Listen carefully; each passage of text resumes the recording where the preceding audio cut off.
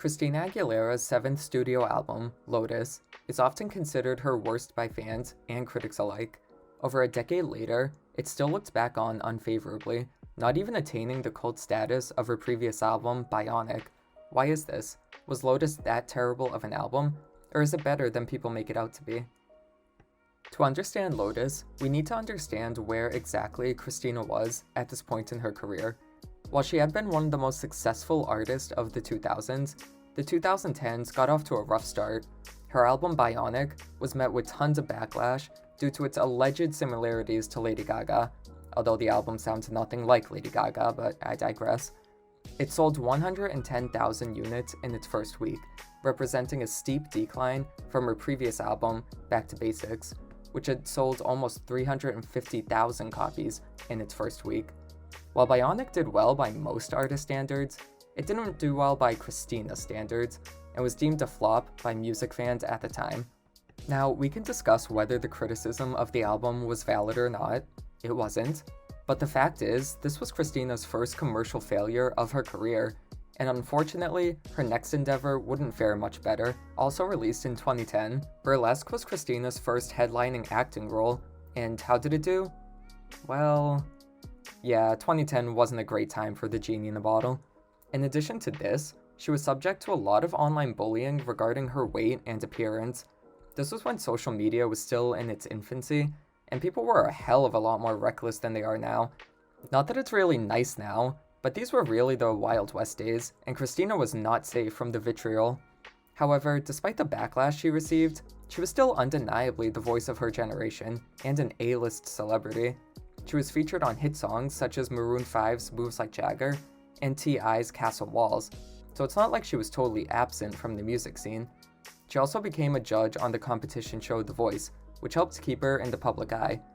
While her career was in a precarious position, it didn't seem impossible for her to make a solo comeback. On September 16, 2012, Christina dropped Your Body, an electropop EDM banger that was the lead single from her upcoming album, and people kinda liked it. It got some radio play and peaked at number 34 on the Billboard Hot 100, which, hey, isn't that bad considering how one of her biggest singles, Dirty, peaked at number 48. Yeah, 48, the girl was literally done dirty. Anyways, Your Body was a moderate hit, but didn't reach the heights or have the same impact many of her previous singles did. Still, it was promising. And if this was a sign of things to come, then the album will be pretty good, right? Well, on November 9th, 2012, Christina emerged from her lotus blossom to gift us mortals her next divine blessing, her latest studio album, Lotus. It flopped, selling 74,000 copies in its first week and debuting at number 7 on the Billboard 200. The album performed far below expectations. Even worse was the critical response, with criticisms being directed at the lyrical blandness and lack of polish in its production. If only they knew what they were in for next year. Fans weren't impressed either, noting how Christina didn't seem to sound totally into the song she was performing. The voice was there, but was the heart there? Now, while I'm one to usually defend albums that get a bad rep, I have to kind of agree with the general public on this one, to a point. I actually do enjoy Lotus, and some of the songs are among my favorites by Christina. However, there's more filler in this album than her previous ones, which is damn ironic considering it's her shortest album since her debut. If there's one thing that's always true about Christina, it's that she will always give you a long-ass album, but where it felt like she actually had something to say with her previous records, Lotus doesn't give off that vibe. Songs like Army of Me, Ceasefire, and Best of Me come across as hollow, self-empowerment anthems that could have been performed by anyone. And while I do enjoy when the album gets dancier, with songs like Let There Be Love and Make the World Move, they still lack that signature X factor that Christina's known for. The problem with Lotus isn't really that it's a terrible album, it's just that it's generic. After a couple of listens, there's not much worth coming back to. Again, aside from a few songs, cause when they are good, they're great. Circles is a particular standout and one of my favorite Christina songs in general. The song is basically a screw you anthem, and we know our girl likes getting a little messy, a little dirty, and she clearly loved singing this one.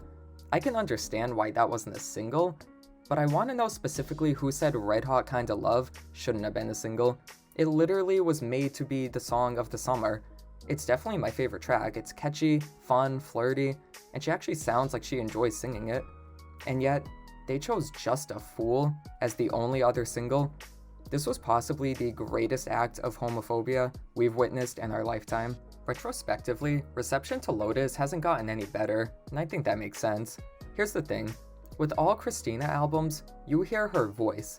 Not just because she's blowing out your eardrums with her vocals, I mean you hear her, as in her spirit. I think Bionic has such a strong cult following because, despite any of that album's flaws, which I don't personally see, but whatever, you could tell it was Christina's baby. It was over the top, chaotic, all over the place, but the soul was there, and that's what makes it an endearing record. Same goes for Stripped and Back to Basics. Regardless of what you think about those albums, there's an undeniable, intangible passion in them that can't be replicated by any other artist. Nobody else could sing those albums, not because they can't match her vocals, which they can't, but because they couldn't replicate what Christina brings to each song. She truly believed every word of what she sang after her debut album, with her touching upon themes of sexuality, bullying, self-respect, and confidence in a way that was rare for artists of her generation to do. Not many singers approach these topics with the same brashness and fervor that Christina did, and this is what made her so unique. This passion was sorely missing in Lotus, which came across as a soulless studio album designed to get hits, which it didn't even do, sorry to say. This isn't to bash chart-chasing albums, but that's not what I go to Christina for, or what her fans go to her for. We go to Christina for her unique brand of over-the-top performances and unflinching self-assuredness, and while there's definitely hints of that in Lotus, it's bogged down by stale ballads and unremarkable dance cuts. While I do revisit it from time to time, it's definitely an album that's best left in 2012. Thankfully, her following records, 2018's Liberation and 2022's Aguilera, were a welcome return to form, and while she may not be reaching the same commercial heights that she once did, I'm happy as long as she's happy, making the music she truly wants to make.